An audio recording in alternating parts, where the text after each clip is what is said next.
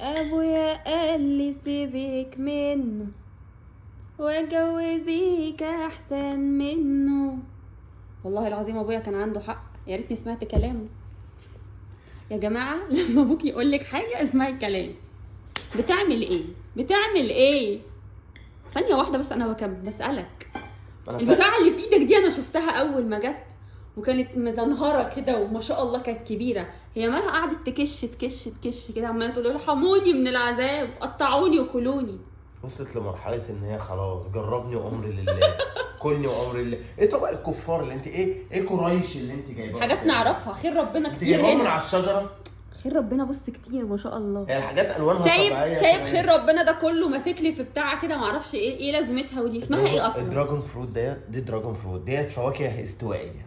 استوائيه ديت اسعارها غاليه قوي، يعني عارفه ديت بتلعب لها ب 1800 يعني 800 جنيه او 1000 جنيه او 1200 جنيه، يعني ارقام متراوحه كده في مصر عندنا. ليه فكذا مره فاكهه ب 1500 جنيه دي؟ والله العظيم عمري ما عملتها. وطعمها حلو بقى؟ انا ما اعرفش، فانا حسيت ان هي تنكف نفسها بزياده يعني، فقلت هنا بقى لقيت معمول عليها عرض ب 6 درهم.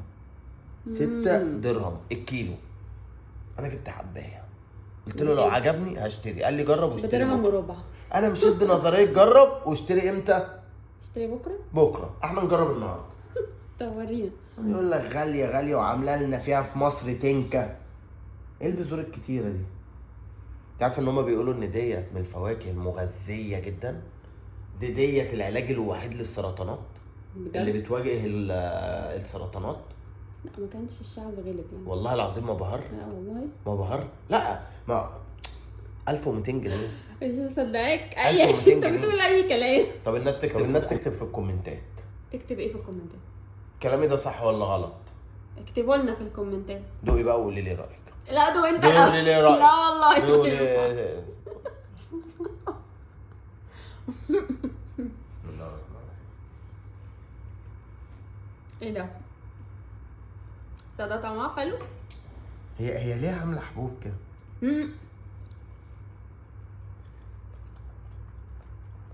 لا هو طعمها غريب بس حلو.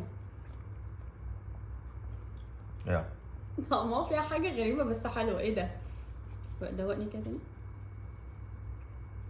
حته صغيره. لا كتير. طعمها طلع حلو. عايز انزل اقول للراجل لا هشتري النهارده مش هشتري بكره.